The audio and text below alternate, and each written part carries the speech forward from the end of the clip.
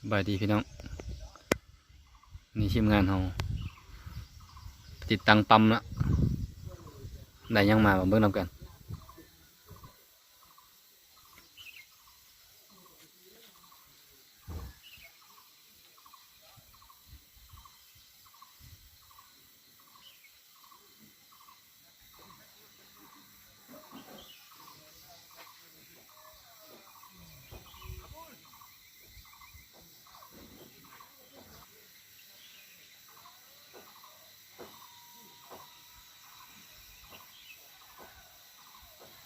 เบิ่งนำกัน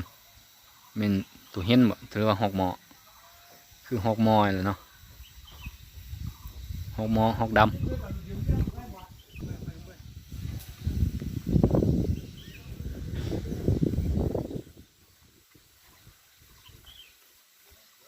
ได้แล้วตัวยังนี่หอกมอว่ะโอ้สัมผัสมึงดูมันเฮ็ดจังไดอยู่ ฮะ กินกงไม้อันนั้นเต้บนชาวบ้านเต้ อันค่อยว่ามักไม้แล้วว่ะเออ ใส่กันโคน เห็นหอกแดวเสือบุญยิง หก หอก ส่งตัว มักไม้ยังวะโอ้น้องเอ้ยหกมอเนาะบ่เคยได้จับจักเสือก็ห้าได้จับนี่แหละพี่น้องเอ้ย เอาว่าอะไรให้อัน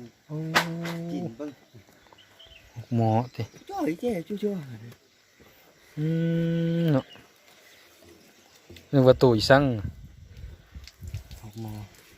โอ้ประมาณโลปลายเนาะ แต่บุญใหญ่แค่นะ ยังบ่ใหญ่เคยครับบ่นี่ มีหมูมาได้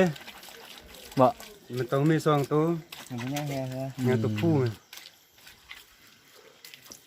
ทีมงานทำไปติดตั้งปั๊มน้ำเนาะ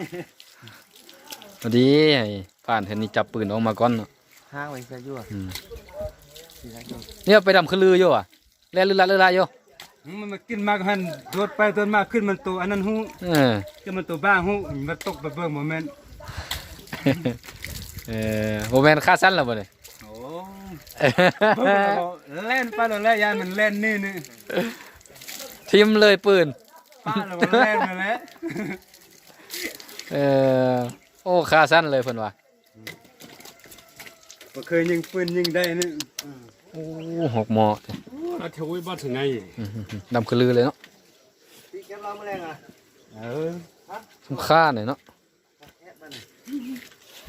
นี่มันเจ้าสมาร์ทดีกว่า หอกหมอ ขโมยเต้าสูสมุ มาจับมึงดู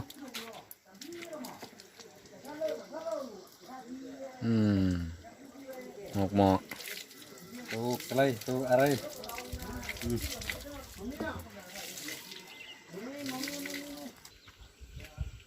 ตัวบางเต้าหันเฮายิงได้แล้วตัวบางเต้า เล็บโอ้ตีนบักใหญ่เลยใหญ่กว่าโปงมือ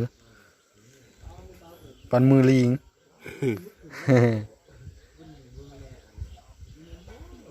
ปืนเจ้ายิงได้อันนี้ก็คุ้มแล้วอันนี้ยิงแล้วเสือนั่นมาเสือลบบลบ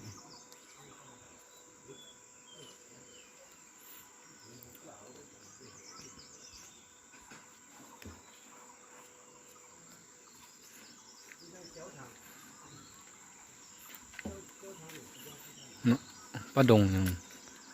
ตึกดีอยู่แต่ทางหึ่งไฟไหม้เนาะสัตว์ไล่สัตว์ยุงหวยตัวนี้ฝานห้องปุ๊บปั๊บปุ๊บปั๊บ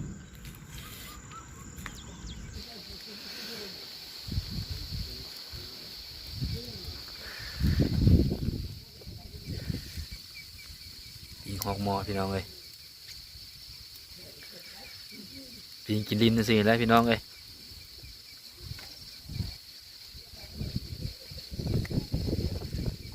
โอ้มันดีเนาะโอ้ที่สุดแล้ว พอกนั่นก็อันนั้นปีนคนนึงอ่ะปีนลูก เอาสั่งซีพวก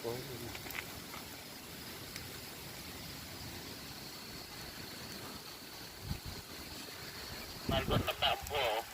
กับตื่น เกือบปิวอีกครับว่าดูเลย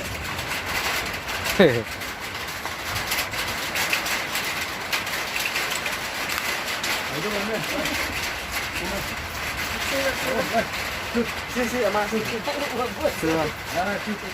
一丝毛，一套丝毛。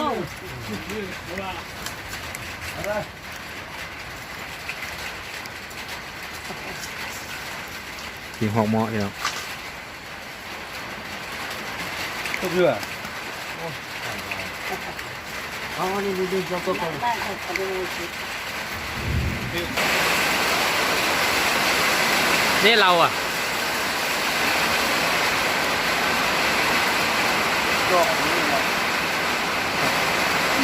เฮ้ย มาเด้อมาเด้อ ได้ สุกเด้อ ไหนก่อนทำนี่ได้ ครับพี่น้องเลย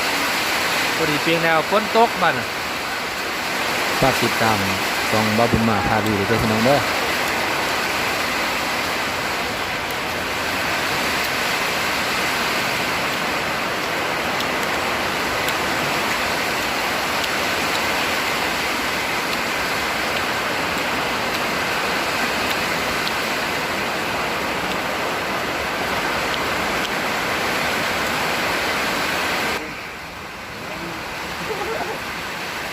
พี่น้อง5-6 คนที่บ่เบิด